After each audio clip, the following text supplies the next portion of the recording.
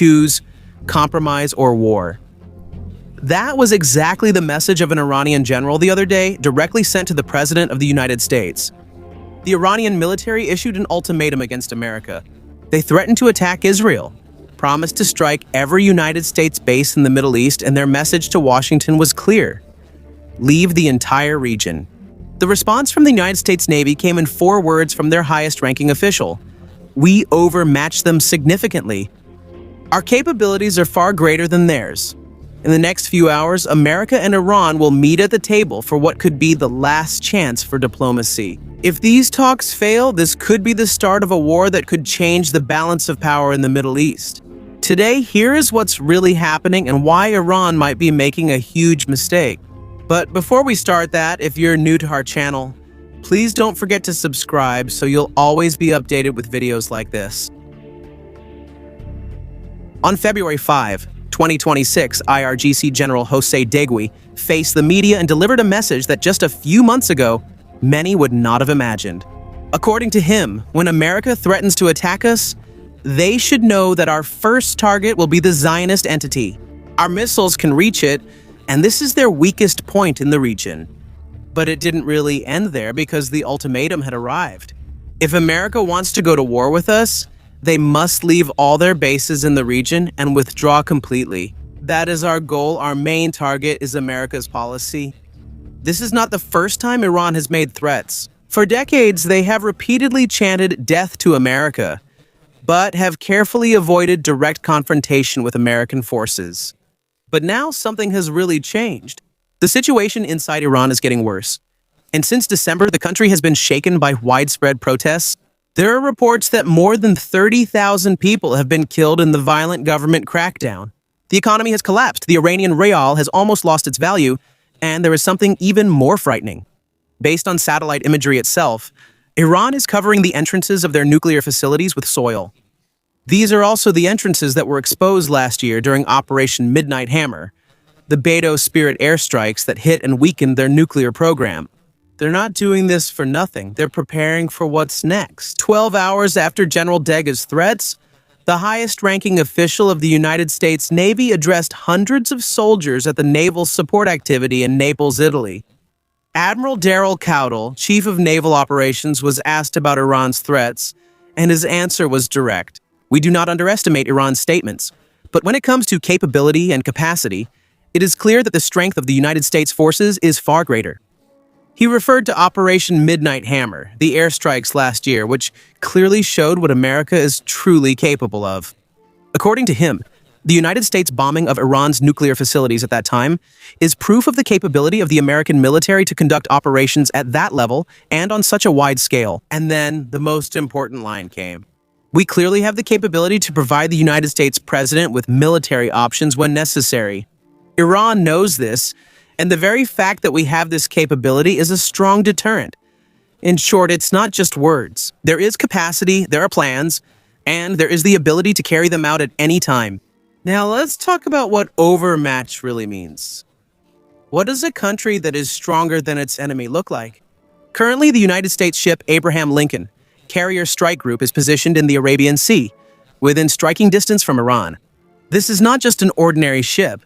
A carrier strike group is like a floating city of war. It includes a guided missile destroyer cruiser equipped with an advanced radar system, an attack submarine, and dozens of fighter jets that can take off at any time, day or night. From the sea, they can carry out a precision strike in just a few minutes. And that is what overmatch means. Not just stronger, but faster, more technological, and more prepared. And while two countries are threatening, the presence of an aircraft carrier in the region is no accident. It's a message. A message that is silent but clear. If you choose war, we are truly ready. This carrier is equipped with F-35C, Lightning II stealth fighters FA-18, EF Super Hornets, and EA-18G Growler electronic warfare aircraft. The F-35C is designed to penetrate the thickest air defenses almost undetected. The Super Hornet, on the other hand, is the workhorse of the Navy. It's fast, carries heavy weapons, and has been proven in actual combat. And the Growler, that's the aircraft that can blind the enemy's radar. It weakens the defenses even before the real attack begins. This carrier is not alone. 3 Arleigh Burke-class destroyers are escorting the United States ship Abraham Lincoln. Each of these destroyers carries dozens of Tomahawk cruise missiles, the same weapon the United States has used for precision strikes in the Middle East for decades. With just one press of a button, they can hit targets hundreds of miles away with exact coordination.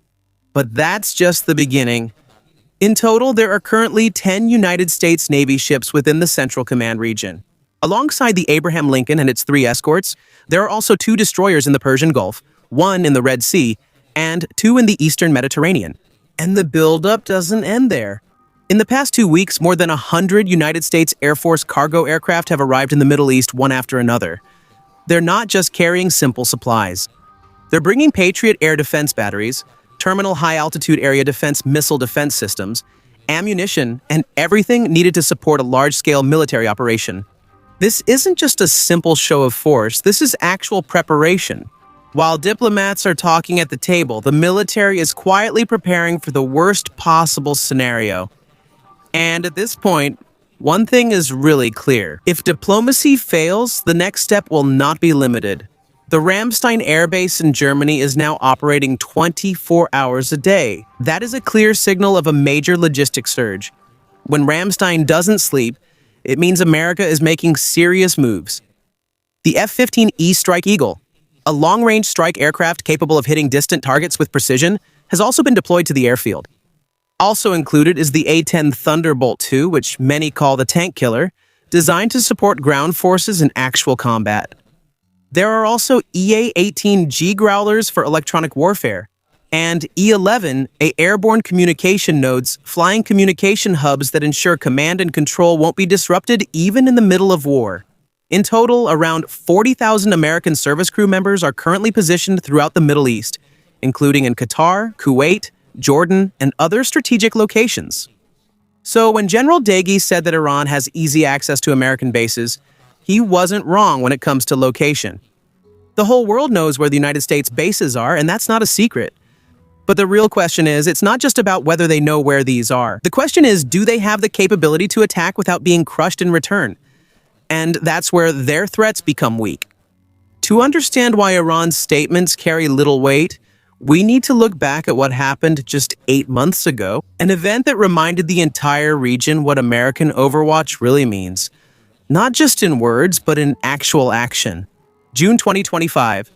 Operation Midnight Hammer, the United States sent B-2 Spirits, a bomber, from Diego Garcia in the Indian Ocean. These planes, which are almost invisible to radar and can strike even the most distant places in the world, entered Iranian airspace without being detected. They targeted Isfahan, Fordo, and Natanz, 3 of Iran's most heavily protected nuclear facilities. Even Iran's largest air defense systems, the Russian-supplied S-300S and their own Babar 373S, did not detect anything and were unaware until the bombs had already fallen. This strike set back Iran's nuclear program by many years. It also demonstrated a capability that no other country in the world possesses: the ability to strike deep into defended territory without warning and with astonishing precision. And here is what Iran learned that night. Their air defense is not enough. So now they're covering the entrances to Isfahan with earth, the same tactic they tried at Fordo before Midnight Hammer. They put earth over the tunnels to prevent a commando raid or a bunker buster bomb from getting in. But here's the real problem. The United States Air Force has the Guided Bomb Unit, 57 massive ordnance penetrator, a 30,000-pound bomb specially designed to destroy underground facilities. Dirt won't stop it. Concrete won't stop it. This weapon was literally made to break through tough bunkers buried underground. If you cover your entrance with dirt, it's like putting a screen door on a submarine. It might feel reassuring, but it really won't help. And now, with the talk scheduled for tomorrow, Iran is facing a tough choice. Negotiate from a position of extreme weakness, or risk another Midnight Hammer. But this time, against a president who clearly wants to end the fight. Within just a few hours, American and Iranian officials will sit down for what many are calling a last-ditch effort to avoid war. United States Special Envoy Steve Witkoff and Senior Advisor Jared Kushner are continuing to travel around the region. They are meeting with Israeli Prime Minister Benjamin Netanyahu and consulting with the Prime Minister of Qatar. The framework on the table being proposed by Turkey, Qatar, and Egypt contains unprecedented demands for Iran. And this is no uranium enrichment for 3 years. And after this, enrichment is limited to less than 1.5%. All highly enriched uranium, including the 440 kilograms enriched up to 60%, will be transferred to a third country. No transfer of weapons and technology to regional allies. No first use of ballistic missiles, and a non-aggression agreement with Washington. This in itself is huge, really huge, and it's really not a simple negotiation. This is an opportunity to prevent a war that could change the face of the Middle East before any action even begins.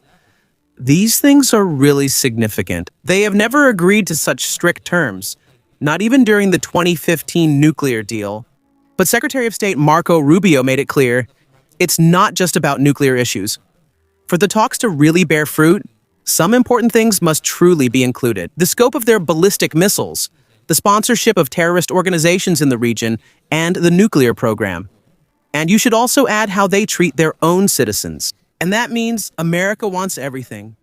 Meanwhile, from Iran's position, they said that the talks are exclusively about the nuclear program and sanction relief.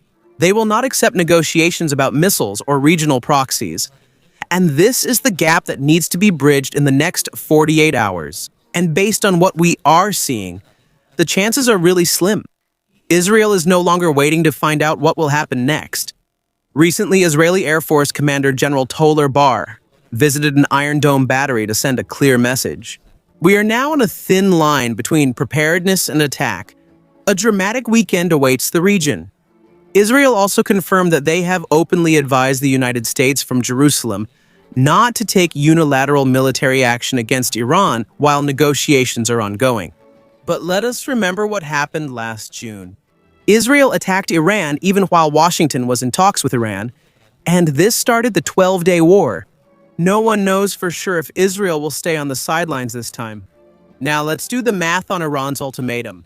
General Deji threatened to strike Israel and every United States base in the Middle East. And if they really try, here's the situation. Iran has around 3,000 ballistic missiles of various types. Their most precise, the Fadi 110 and Despon missiles, have a range of up to 1,000 kilometers. It seems impressive until you find out what they're up against. The Abraham Lincoln Carrier Strike Group, for example, has the SPY-6 radar system that can track hundreds of targets simultaneously. There's also the SM-6 missile that can intercept ballistic missiles at a range of over 150 nautical miles. And the Aegis combat system is already combat-proven against Houthi missile attacks in the Red Sea. In addition, there are land-based Patriot batteries, the newly arrived Terminal High-Altitude Area Defense System, and other multi-layer defenses, all specifically designed for this kind of scenario. And for perspective, during the recent Iranian attack on Israel when Iran launched about 3,000 missiles and drones, the combined United States, Israeli, British, French, and Jordanian air defenses intercepted most of them. This means that almost none got through. Now think about this again. You tried to do that, but you'll be facing a carrier strike group that's on full battle alert. Supported by land-based air defense, F-35 stealth fighters searching for your launch sites, and B-2 bombers ready to destroy your missile factories in just a few hours. That's exactly the math that General Deji chose to ignore. And here's the last piece of the chessboard in this situation. In the depths of the Iranian Sea, we don't know exactly where because that's the point. There are American submarines deployed. There are Virginia-class attack submarines carrying Tomahawk cruise missiles, and possibly Ohio-class guided missile submarines, each carrying 154 Tomahawks. The Iranian military can't find them. They can't track them, and they definitely can't stop them. When the IRGC says they can easily reach American bases, only half of that is true. They know where the bases are, but they don't mention that American submarines have access to their entire coastline, and there's nothing they can do about it. Within the next 24 hours, we'll find out if there's still a chance for diplomacy, or if the Middle East is truly about to enter another brutal war. The President of America himself has made his position very clear. In a speech at the National Prayer Breakfast, he said that they are still negotiating, they don't want us to strike them, and they don't want us there with our large armada going over.